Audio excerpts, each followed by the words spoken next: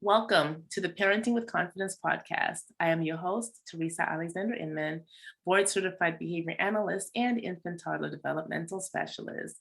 Today, I am so honored to have as my guest, Lynne Bowman, as she's the Glam Grandma. Okay. Who knows how to get you to eat your veggies. Okay. Lynne has been featured at women's expos throughout the country, teaming with actress Deidre Hall to write and publish Deidre Hall's Kitchen Closeup and Deidre Hall's How Does She Do It? She's won national awards as a creative director for Silicon Valley companies and was creative director for E&J Gallo Wines, and advertising manager at RedKen. Oh gosh, I could go on, but then I don't want to spend all the time. I'm going to put all of this below the podcast so that everybody can read, because it just shows that when you've done all of this, but now we're here talking about something that you truly have a heart for. And Teresa, let's be honest, it's because I'm really old. Look at you. You know, by the time you get to be 76, you've done a lot of stuff, especially we females. I mean, you know, because I come from a time when we didn't have plans, we didn't have careers, we just did stuff. We did whatever the heck we could do to make the money that we had to have. Yeah. And I was the single mother of 3 little ones. When my kids were 2, 3, and 4, I became the single mom of 3 little ones. So like many of us out there, my life was about, you know, finding shelter for us. I spent some time living in a driveway in a camping trailer. Oh yeah. And all of that and stories, maybe we'll have another time for those stories, but through all of it, and I was diagnosed with type 2 diabetes. So I had to make myself something of an expert in how to eat and how to move just to stay on my feet and to stay healthy, which I happily have done. And now that I am a senior, I'm grandma, and I'm so proud of that. I mean, the only part of my biography that matters to me anymore is that I am the grandmother of 2 spectacular children. I'm so happy about that. And I have my 3 kids are all grown up and no felons. So, you know, we're doing good. And I have become such a believer in how important it is to eat right, to eat well and eat joyfully and eat healthy. So that's what I'm all about these days. And it's such a key thing for families. I see so many families having little Mary Ellen eat one thing and Junior's eating another thing and Grandpa's eating his thing that he loves and Grandma's not eating it all. You got to talk. And, you know, I think it's vitally important that we learn how to get back to the table if we can, and not be so dang busy all the time that we are not doing maybe the most important thing we can do as a family, which is sit down and eat real food. That's right. Now I'm going to touch on 2 things that you said, because I have a story to share about that. And then the other thing, something else that you said that's so super important. I worked with a family, and the little guy who I worked with is on the autism spectrum. He was 3 at the time. Today, I think he's like 15 and amazing. However, the family had a section for his food, a section for his younger brother who was 9 months old, and then the parents section. And my question to mom, he has teeth, right? And she said, yes. I said, well, why are you guys eating so many different foods? Well, he will only eat this. And his section, of course, was processed. You know, the pizza rolls, things that I call not food, but they might be a relation to food. Because they're like substance. Yeah, a food-like substance. There you go. Right. Exactly. And go on, Teresa. I want to hear what you're saying. Yes. Oh, sorry. I know I interrupted you. You can go ahead. Well, the minute you start talking about that, I want to go on a rant about big food, because I don't know that everyone is really aware of how their lives have been taken over for generations now, since the 40s, 50s, 60s. Our foodways have become corporate foodways, and they are not about you being healthy. They're about shareholder value for General Foods, and all these big companies. And I'm not just being cynical. I mean, there's plenty that's been written about this. It's out there for you to explore, to research if you want to. But any food that you're eating that is in a bag or a box that has a list of ingredients on it is not there to make you healthy. It's there to make a lot of money for someone other than you. And so if it's got one ingredient, okay, or two, maybe okay. But also, and as a diabetic or former diabetic, as we'll talk more, I'm sure, I really am here to try and get you to stop eating sugar and stop feeding sugar to your children, especially kids who have developmental problems, emotional problems. You are contributing to that if you are feeding your kids sugar and certain other things that are known allergens and known problems for children. Dairy, we were told that milk does a body good. Well, who told us that? The milk folks. We're making a ton. And I don't mean little farmer John and his 10 cows. I mean the big factory farm, kinds of things, who could afford the big advertising campaigns. And we're still, myself included, I mean, we're still dragging around those beliefs that were, and I was in the confession. I was in the advertising business basically for 30, 40 years. I was one of the people selling stuff to everybody, whether it was particularly good for them or not. I couldn't be concerned. I was making money selling it. So I'm hoping to make up for some of that karma by getting out there now with the message that I want you to eat real food and feed your children real food, whole food, plant-based. That's the whole story right there. Yes, and that's so important, because I cannot tell you how many families I work with where there is no real food, because the child only eats processed. They only eat, things. And if it's fries, it has to be a certain brand of fries. If it's this, and I was like, oh, and they're like, well, they won't eat anything else. But my thing is, you introduce them to that. They didn't go out to the store and purchase it. You introduced them to it. And now this has been created because of what they were introduced to. But if we introduce them to different foods, then they will eat differently. And Teresa, a kid will eat what a kid grows, and a kid will eat what a kid cooks. So the two things that you have to do as a parent to really teach your children how to eat and what their relationship is going to be with food is you have to have, I don't care whether it's 2 little pots or a bucket in your backyard or porch, you have to introduce them to the dirt and to seeds and to watching the leaves come up through the dirt.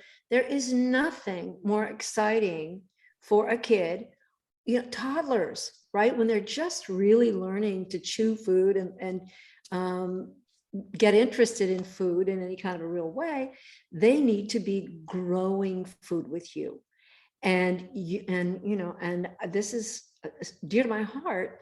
Even if you find it just too kind of, I don't have time or we don't have space, please find a way to grow some, even if it's a pot of parsley on your countertop, find a way to grow something with your kids and then eat it together and have them help you pull it out of the pot, chop it up and put it in the eggs or whatever you're doing. So that's one. A kid will eat what a kid grows. And then 2, cook with your kids. Don't be afraid. And a lot of people are going to cringe when I say this, hand the knife to your child. They need to learn how to use tools to make food. And if you don't teach them safe knife handling techniques and how to use utensils and what a cloth napkin is and that it needs to be washed. And yes, at my house, a lot of people laugh at me about this, but I iron my napkins. Okay. I do. And I have photographs of my granddaughter ironing the linen in the house. Wow. Because it Awesome. smells good. It Yeah. feels good. It's a Yeah. sensual experience that's part of our eating ritual. Yes, yes, yes. And you just made me think of a family that I started to work with when the young man was 3 years old. He cooked in the kitchen with mom. And Yeah. yes, he was 3. And mom taught him how to use a knife safely. And Yes. she had him chopping vegetables. It's the first time I'd ever seen that. So it's like, oh my gosh. She goes, oh no, he's fine. He knows exactly And I'll what the bet he rules are. ate that food when he was cooking it with mom. Yes, he That's the certainly secret. did. That is Certainly did. absolutely the secret. Yes, it's huge. And so many parents you need to have faith in your kids. Mhm. You need to truly believe in their competence and to help them achieve competence. That's your job. Your job isn't making them happy. Right. Your job is teaching them the tools to make themselves happy. And one of Absolutely. those is competence. And it goes for kids with all kinds of disabilities, all kinds of challenges. There is competence available to people at any level. You can have competence. And you need that competence around food. Absolutely. Yes, certainly. And I'm going to share another story. I love to tell stories. Um, my husband and I, we fostered a child for about 5 months. And when he was with us, one day I was eating vegetables, and actually all I did was shred some carrots, slice some not tomatoes, carrots and cabbage. So I shredded some cabbage and sliced some carrots, put them in a bowl, tossed them with a little bit of olive oil and a little salt and that. And I was just sitting enjoying my meal because I'm a vegan, so I love vegetables. And he came to me and he asked, are those vegetables? I said, yes. He goes, are they nasty? Because I found out after speaking to his grandmother, he had never eaten a vegetable because they were afraid that he wouldn't like it. So they did not introduce it to him. Oh my gosh. But the amazing thing was, he asked me if he could try it. And I said, absolutely. Of course. Then he asked, can I have the rest of it?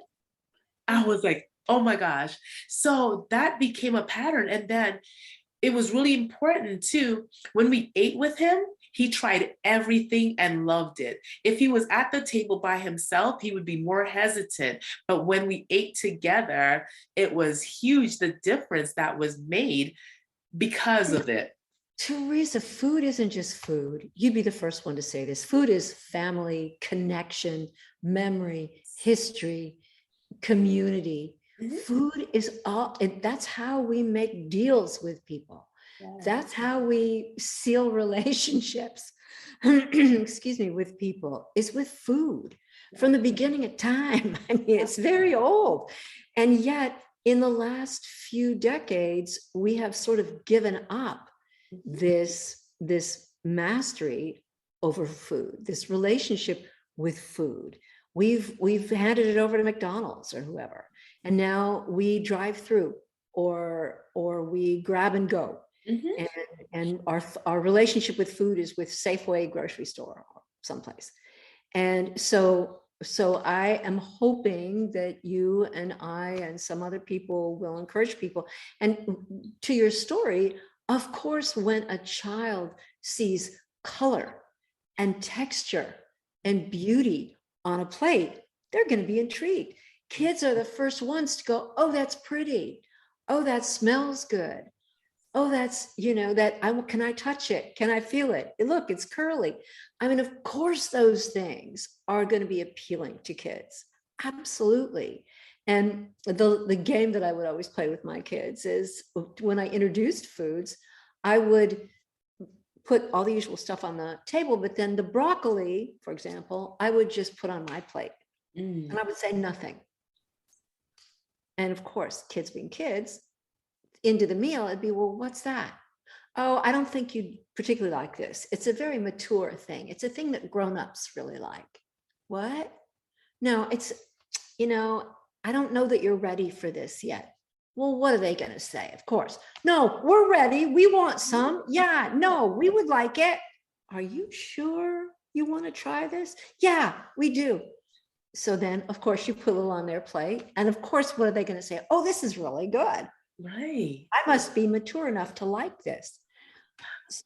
So that was a game that was no fail. It always worked. Another one was we shopped together, partly because we had to. Again, single mom. So believe me, girls, I was out there at 10 o'clock at night at the discount canned food store, just like many of y'all have been. I'm not recommending it. To this day, I won't go to a grocery store after dark. I just, no, not gonna do it. But the kids always had to shop with me. And so we had a couple of games that we played in the grocery store, and it was like a scavenger hunt.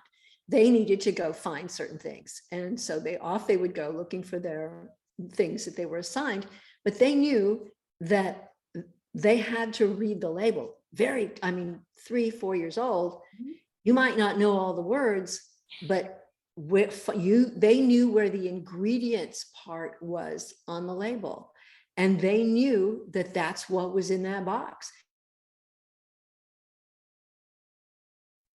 And show it to me and read it if they could.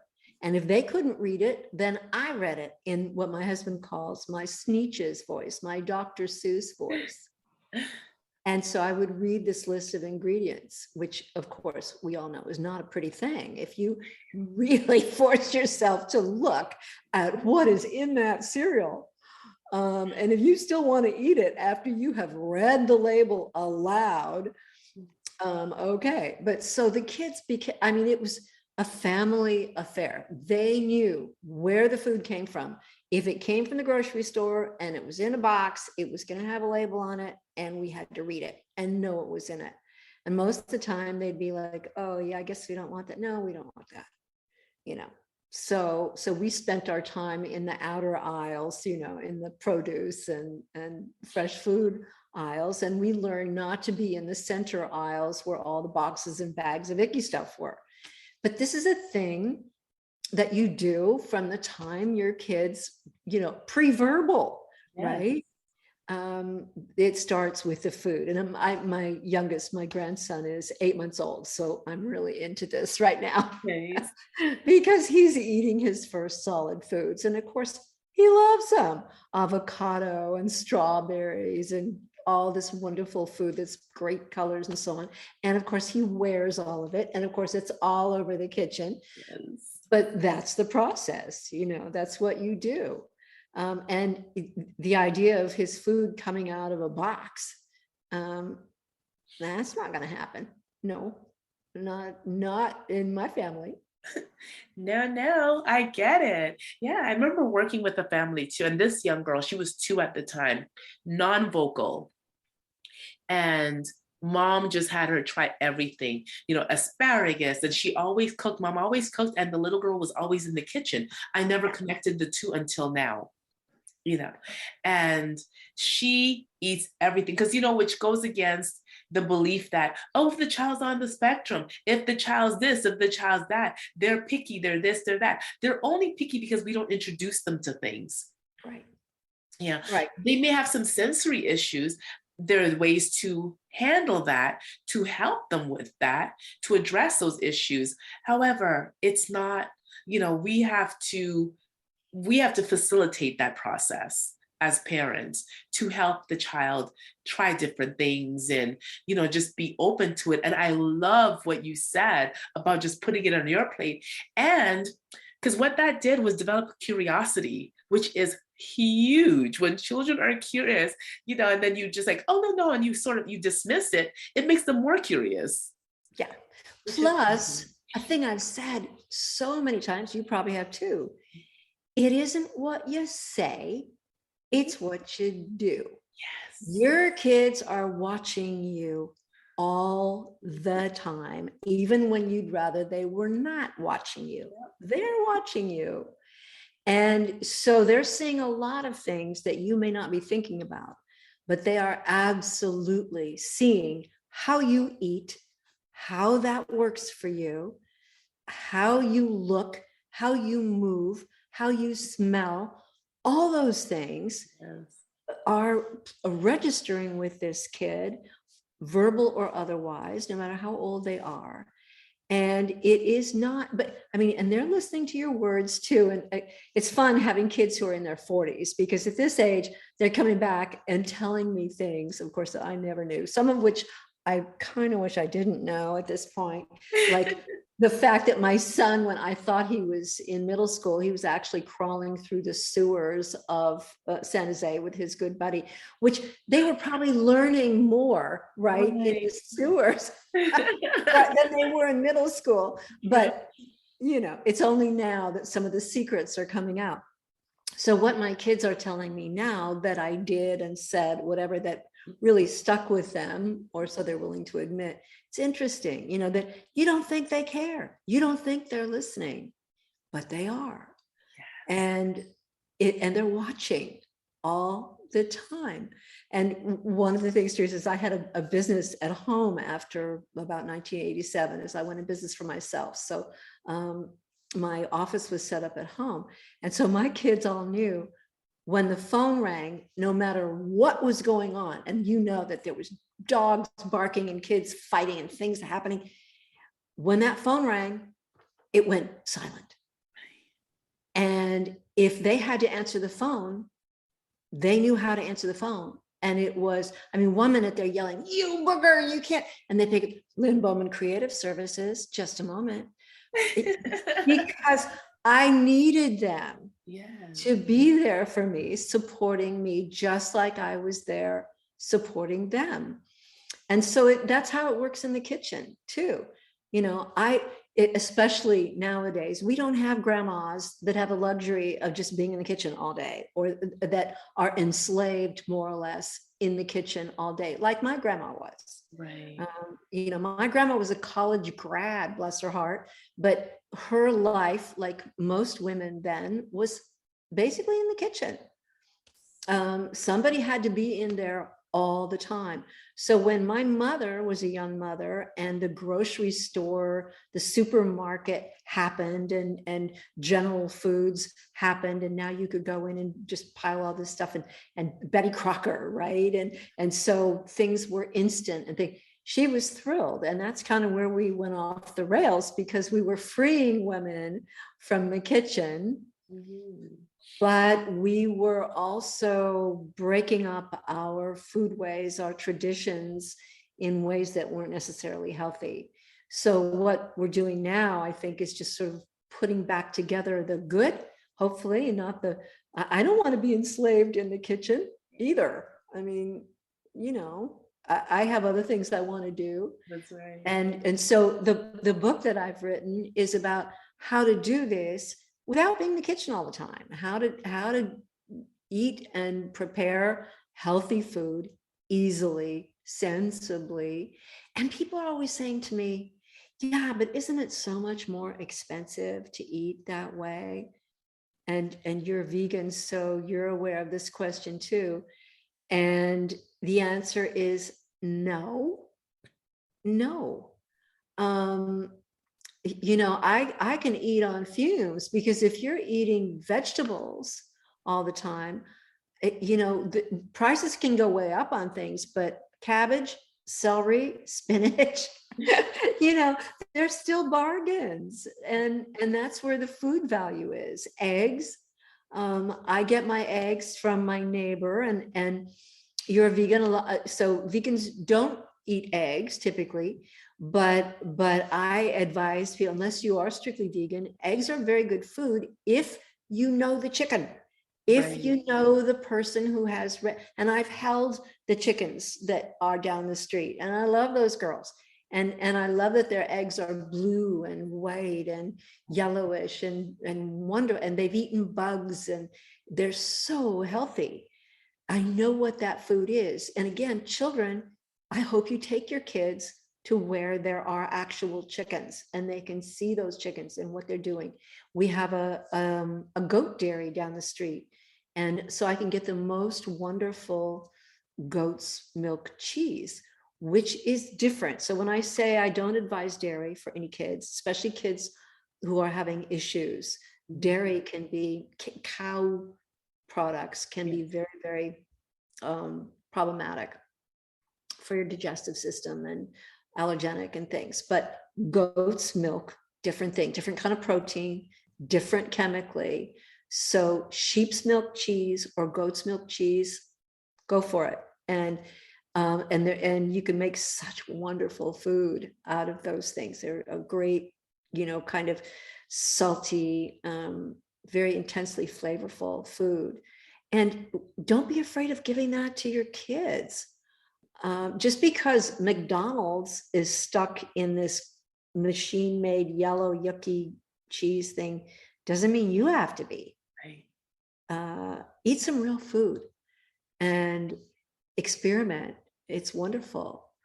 And people always say, so we've talked about the expense of it. No, it is not more expensive. If you're not eating meat much at all, your grocery bill will go way down.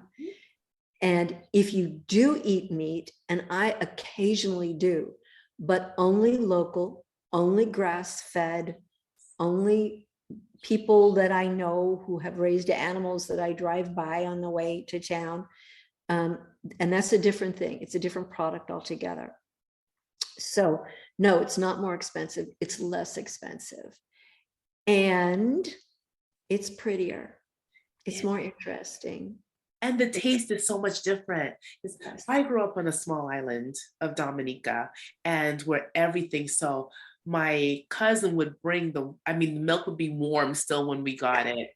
The eggs were different colors, like you said, because when chickens eat what chickens are supposed to eat, you're really getting a chicken. And that chicken tasted so different. The eggs tasted so different.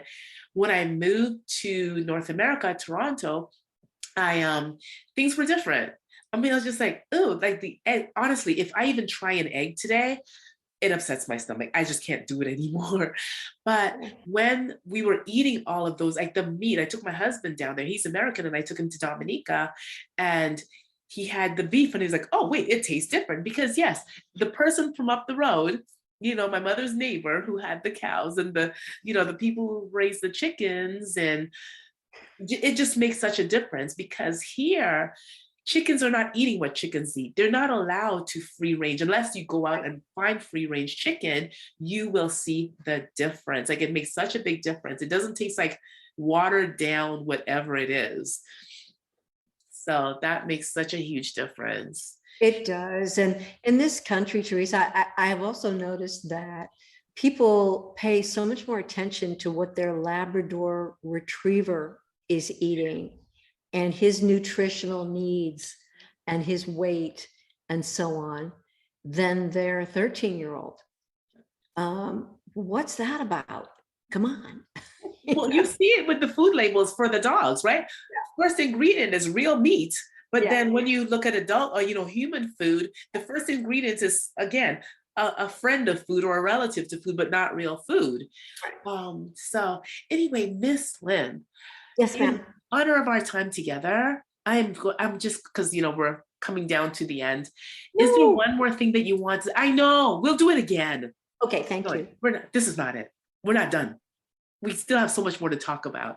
We do. But is there one last thing you want to share with our audience before we sign off for today?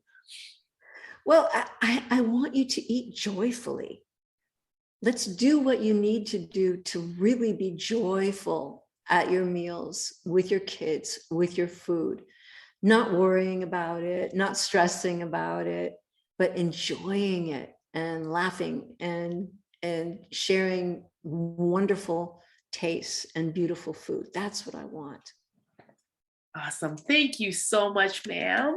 And like I said, we're going to do this again. I just want to honor your time, and we'll see you soon. Thank you.